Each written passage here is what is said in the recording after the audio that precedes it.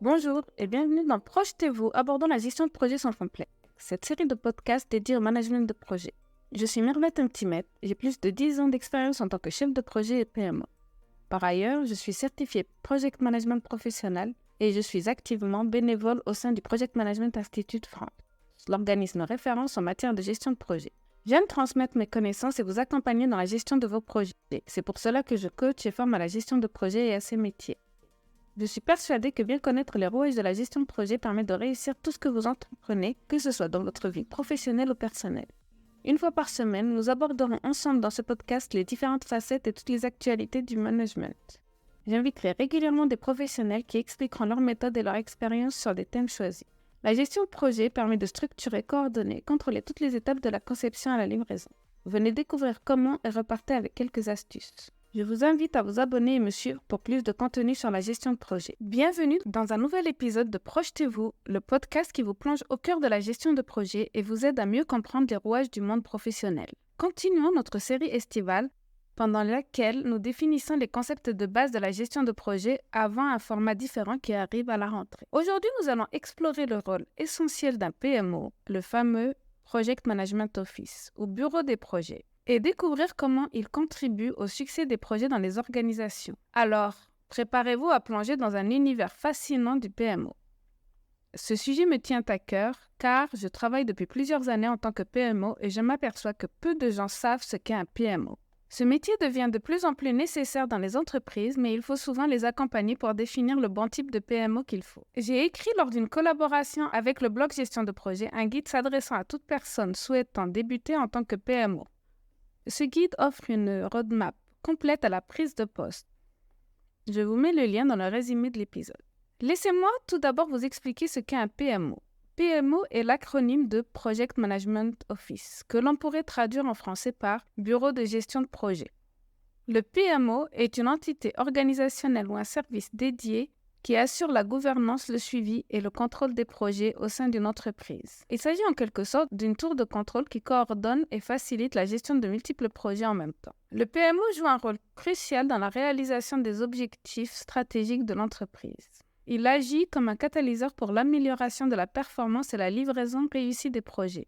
Mais quelles sont exactement les responsabilités du PMO? Le PMO est responsable de plusieurs tâches essentielles. Tout d'abord, il définit et établit les normes et les meilleures pratiques en matière de gestion de projet au sein de l'organisation. Cela permet d'assurer une approche cohérente dans la gestion des projets, peu importe leur nature et leur complexité. Cela peut aller de templates de réunion, de mise en place de la gouvernance lors d'un projet. On s'aperçoit que lorsqu'un PMI met en place toutes ces tâches, et met en place toutes les best practices de gestion de projet, le client est plus satisfait et le projet se déroule moins dans la douleur. Un complément à cette facette est le rôle essentiel de conseil et d'accompagnement auprès des chefs de projet et de leurs équipes. Souvent, les chefs de projet ou leurs équipes ont moins de connaissances et de compétences en gestion de projet. Donc, le rôle du PMO est aussi de les accompagner à se former, de leur proposer des formations ou des certifications et aussi de leur banaliser tous les termes de gestion de projet pour donner du sens à leurs tâches dans la gestion de projet. Ils peuvent fournir une expertise en gestion de projet, des outils et des formations pour aider à améliorer les compétences des acteurs impliqués dans les projets. En effet, on a bien vu dans les épisodes précédents que la gestion de projet, un bon chef de projet bien compétent et les formations et certifications à la gestion de projet sont ce qui font la réussite des projets en entreprise. Le PMO ici cristallise tout ceci. Normalement, le PMO est quelqu'un d'assez formé, assez compétent en gestion de projet. Il maîtrise les process, il maîtrise les gouvernances de projet et donc il apporte cette expertise aux chefs de projet, à leurs équipes et même à la direction pour les aider à déterminer par exemple les KPI, donc les indicateurs de performance.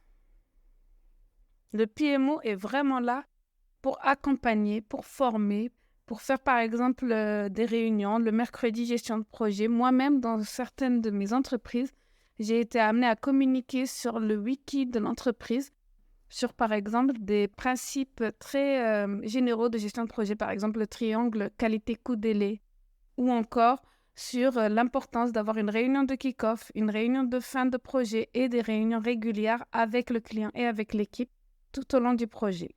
Un autre rôle du PMO est de collecter et d'analyser les données relatives à l'avancement des projets, des coûts, des délais, des risques et bien d'autres aspects clés. Donc, c'est là qu'intervient le tableau de bord. Le PMO, souvent, il a la responsabilité du tableau de bord portefeuille, c'est-à-dire dans ce tableau de bord, il met plusieurs projets et par rapport à leur budget, leur planning, il arrive à en sortir les KPI, les indicateurs clés. Grâce à ces informations, il fournit des rapports et des indicateurs de performance qui permettent à la direction de prendre des décisions éclairées. Il y a généralement 3 principaux types de PMO, chacun avec un niveau de contrôle et d'influence différent sur les projets. Le PMO de soutien offre des conseils, des modèles et des outils, mais n'a pas de rôle décisionnel. Donc ici, c'est un PMO qui est consultatif, qui est à peu près au même niveau que les chefs de projet et qui va fournir toujours un cadre de gestion de projet qui va dire, voilà, dans cette entreprise, on fait un certain format de réunion et de compte-rendu de réunion. On fait un certain format de présentation aux clients dans le cadre de projet. Donc ça, c'est le PMO qui est soutien. Ensuite, il y a le PMO de contrôle. Quant à lui, il a un rôle un peu plus direct et supervisant l'exécution des projets et impose des normes. Donc là, de ce point de vue-là, lui, il ne va pas faire que conseiller, il va arriver à avoir un poste un petit peu plus élevé que les chefs de projet et donc il a un PMO de contrôle. C'est la responsabilité de ce PMO-là que les projets réussissent. C'est-à-dire que s'il y a un défaut de gestion de projet dans un des projets qui est dans son portefeuille, c'est le PMO qui est responsable. Donc pour que le PMO prenne le moins de risques possible, il va vraiment être directif envers les équipes projet et les chefs de projet pour qu'ils respectent bien le cadre de gestion de projet établi par l'entreprise. Et aussi, il a des comptes à rendre à la direction par rapport au KPI.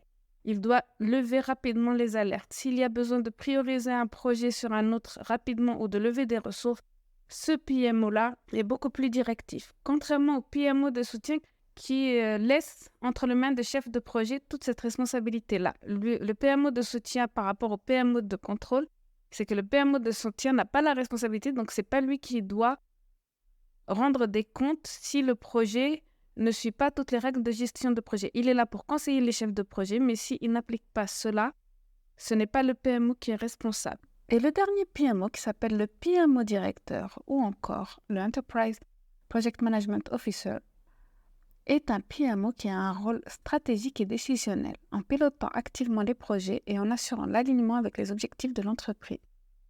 Il est au niveau de la direction et il a un impact sur toutes les décisions stratégiques. C'est lui qui a pour rôle de faire aligner tous les projets avec la stratégie de l'entreprise, mais aussi de faire remonter à la direction, au PDG, au directeur financier, tous les éléments des projets, les tableaux de bord des projets. C'est aussi lui qui détermine le cadre de la gestion de projet, c'est-à-dire l'utilisation d'un cadre plutôt agile, d'un cadre plutôt traditionnel, ou la mise en place d'une agilité à l'échelle lorsque l'entreprise atteint une taille assez élevée.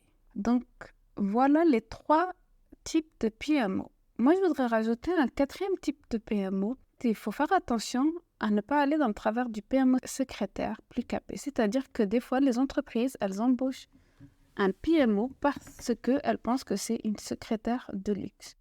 Et pour eux, il a juste le rôle d'organiser les réunions, de mettre en place les réunions, de rédiger les comptes rendus, de faire des présentations PowerPoint ou des tableurs Excel. J'appelle ça dans mon guide aussi le PMO assistant chef de projet. Un PMO qui a 2-3 ans d'expérience dans le monde professionnel, il peut avoir ce titre-là de PMO assistant du chef de projet. Mais en aucun cas, c'est le rôle principal du PMO. Bien sûr, cela fait partie de son travail, mais cela rentre dans les différents aspects de son rôle. Pour moi, les rôles que j'ai énoncés représentent les rôles principaux du PMO. Et quand on parle d'organisation de réunions ou de rédaction de compte rendu, cela vient dans le cadre de ces rôles-là et non systématiquement. C'est le PMO qui doit organiser les réunions et envoyer les invitations, et c'est le PMO qui doit rédiger les comptes rendus ou encore qui doit préparer tous les supports de présentation. Cela n'a aucun intérêt pour le rôle de PMO. Voilà pour ce petit aparté. Ce que je peux dire, c'est qu'au sein de l'entreprise, le PMO apporte de nombreux avantages. Il améliore la gouvernance, renforce la gestion des risques, optimise l'utilisation des ressources et contribue à l'efficacité opérationnelle globale de l'organisation. Grâce à une meilleure gestion de projet, les entreprises peuvent réaliser leurs objectifs plus rapidement, être plus compétitifs sur le marché et créer une culture d'excellence dans la réalisation de leurs projets. Pour le moment, en France, le rôle est en cours de définition et on voit de plus en plus d'entreprises ayant recours à des PMO. Aux États-Unis ou au Royaume-Uni, le rôle y est bien intégré. Et les certifications de PMO sont souvent demandées pour s'assurer de la compétence du PMO. Vous l'aurez compris, le PMO est bien plus qu'un simple service de gestion de projet. C'est un pilier essentiel qui soutient la réussite des projets et qui permet aux entreprises de grandir et d'innover. C'est tout pour aujourd'hui dans cet épisode de Projetez-vous, abordant la gestion de projets sans complexe. J'espère que cet épisode vous a permis de mieux comprendre le rôle du PMO dans la gestion de projet. Restez à l'écoute pour d'autres épisodes passionnants sur le monde professionnel. N'hésitez pas à me faire part de vos commentaires et suggestions. Je voulais aussi vous parler d'un challenge qui m'a beaucoup inspiré la semaine dernière. J'ai participé au challenge « Je ramène ma fraise » de Nina Ramen et j'ai beaucoup apprécié cette solidarité entre les femmes et leur présence sur LinkedIn et les réseaux sociaux. Si vous souhaitez en savoir plus sur moi, n'hésitez pas à me retrouver sur LinkedIn et à m'envoyer des messages si vous avez des questions supplémentaires ou des envies de sujets de podcast. Je vous remercie bien d'avoir écouté aujourd'hui. J'espère que cet épisode vous a plu et je vous dis à bientôt. La gestion de projet est un domaine passionnant et stimulant et j'espère que le podcast Projetez-vous vous apportera des connaissances précieuses et des conseils pratiques. Des connaissances précieuses et des conseils pratiques pour améliorer vos compétences en gestion de projet. Que vous soyez un chef de projet expérimenté ou que vous débutiez dans ce domaine, vous trouverez ici des informations pertinentes et des exemples concrets pour vous guider avec le succès de vos projets. Je vous remercie de vous joindre à moi dans cette aventure passionnante et je vous donne rendez-vous dans le prochain épisode de